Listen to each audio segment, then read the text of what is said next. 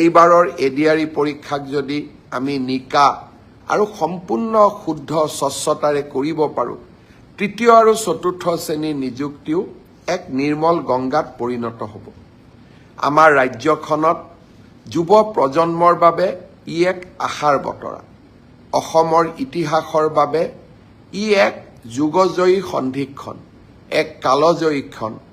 অসমৰ মন্ত্ৰী ল'ৰা, বিষয়াৰ ল'ৰা, ধনী আঢ্যবন্ত পৰিয়ালৰ ল'ৰা ছোৱালী, 1 কোটি টকাৰ লৈ উপঢৌকন, ৰাকেশ পালৰ দৰে ব্যক্তিৰ সৃষ্টি আৰু অসমৰ দৰিদ্ৰ মধ্যবিত্ত সমাজখনত অগাধ লুণ্ঠন এই কংগ্ৰেছৰ শাসনকালৰ স্বাক্ষৰ আছিল।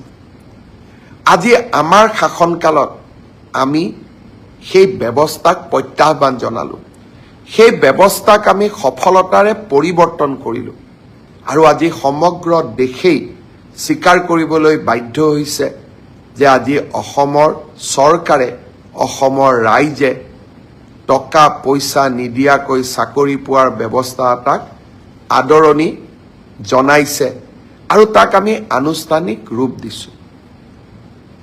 পৰীক্ষাৰ ফলাফল হ'ল, এইবাৰ এই পৰীক্ষাৰ ফলাফলত দুটা নতুন বৈশিষ্ট্য আছিল।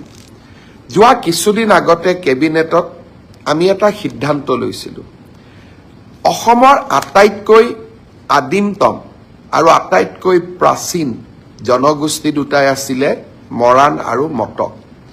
যিকোনো কাৰণতে শৈক্ষিকভাৱে পিছপৰি থকা বাবে সেই জাতিটোৰ পৰা আজিও দুইটা জনগোষ্ঠীৰ পৰা আজিও এজন মেজিষ্ট্ৰেট বা DSP বা লোকসেৱা আয়োগত পৰীক্ষা পাছ কৰা যুৱক যুৱতী আমি ভবা ধৰণে নিৰ্মাণ কৰি তৃতীয় শ্ৰেণী, চতুৰ্থ শ্ৰেণী, ৰাজপত্ৰিত বিষয়া, লোকসেৱা আয়োগৰ পৰীক্ষা, এই সকলোবিলাকতে মেধাৰ ওপৰত যি এক নিযুক্তি প্ৰক্ৰিয়া আমি যোৱা 3.5 বছৰত স্থাপন কৰিব পাৰিলোঁ, সি ভাবোঁ আৰু মই অনুভৱ কৰোঁ সি আমাৰ চৰকাৰৰ কাৰ্যকালৰ এটা হাই পইণ্ট, অৰ্থাৎ এক সৰ্বশ্ৰেষ্ঠ সফলতা হৈ থাকি যাব।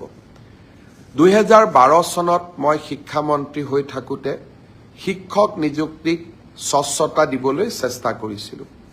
আজি 2024 চন পাৰ হৈ যাব, 25ত আমি ভৰি দিম। যোৱা 13টা বছৰে শিক্ষক নিযুক্তিৰ প্ৰক্ৰিয়াক আমি সম্পূৰ্ণ দুৰ্নীতিৰ পৰা আঁতৰত ৰাখিব পাৰিলোঁ আৰু মেধাৰ ওপৰত চাকৰি পোৱা, শিক্ষকৰ চাকৰি পোৱা প্ৰক্ৰিয়াটোক আমি ইনষ্টিটিউচনেলাইজ অৰ্থাৎ স্থায়ী কৰিব পাৰিলোঁ। যোৱা 3টা বছৰত লোকসেৱা আয়োগৰ পৰীক্ষাকো আমি এক নিৰ্মল গংগালৈ ৰূপান্তৰ কৰিলোঁ আৰু এইবাৰৰ এডিআৰই পৰীক্ষাক যদি আমি নিকা আৰু সম্পূৰ্ণ শুদ্ধ স্বচ্ছতাৰে কৰিব পাৰোঁ, তৃতীয় আৰু চতুৰ্থ শ্ৰেণীৰ নিযুক্তিও এক নিৰ্মল গংগাত পৰিণত হ'ব। আমাৰ ৰাজ্যখনত যুৱ প্ৰজন্মৰ বাবে ই এক আশাৰ বতৰা। অসমৰ ইতিহাসৰ বাবে ই এক যুগজয়ী সন্ধিক্ষণ, এক কালজয়ী ক্ষণ। অসমৰ বিভিন্ন আমাক সমালোচনা কৰা সংবাদ মাধ্যম, সামাজিক মাধ্যমত যিসকল লোকে আমাক সততে সমালোচনা কৰি থাকে, তেখেতসকলে এবাৰ মাত্ৰ আকৌ এবাৰ চিন্তা কৰি চাওক, কংগ্ৰেছ দলৰ মুখ্যমন্ত্ৰী এজন থাকিলে, অসমত কংগ্ৰেছৰ চৰকাৰ থাকিলে, চৰকাৰী চাকৰিত এনে নিৰ্মলতা, স্বচ্ছতা সম্ভৱ হ'লহেঁতেন নেকি? আমাক সমালোচনা কৰা সকলেও এটা মুহূৰ্তৰ বাবে কংগ্ৰেছৰ সেই শাসনকাললৈ মনত পেলাওক।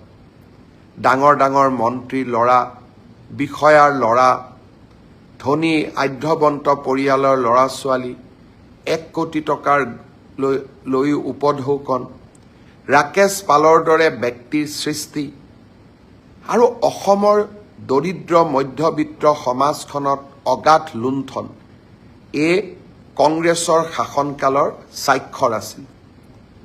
আজি আমাৰ শাসনকালত আমি সেই ব্যৱস্থাক প্ৰত্যাহ্বান জনালোঁ, সেই ব্যৱস্থাক আমি সফলতাৰে পৰিৱৰ্তন কৰিলোঁ আৰু আজি সমগ্ৰ দেশেই স্বীকাৰ কৰিবলৈ বাধ্য হৈছে যে আজি অসমৰ চৰকাৰে অসমৰ ৰাইজে টকা পইচা নিদিয়াকৈ চাকৰি পোৱাৰ ব্যৱস্থা এটাক আদৰণি জনাইছে আৰু তাক আমি আনুষ্ঠানিক ৰূপ দিছোঁ। পৰীক্ষাৰ ফলাফল হ'ল এইবাৰ এই পৰীক্ষাৰ ফলাফলত দুটা নতুন বৈশিষ্ট্য আছিল। যোৱা কিছুদিন আগতে কেবিনেটত আমি এটা সিদ্ধান্ত লৈছিলোঁ।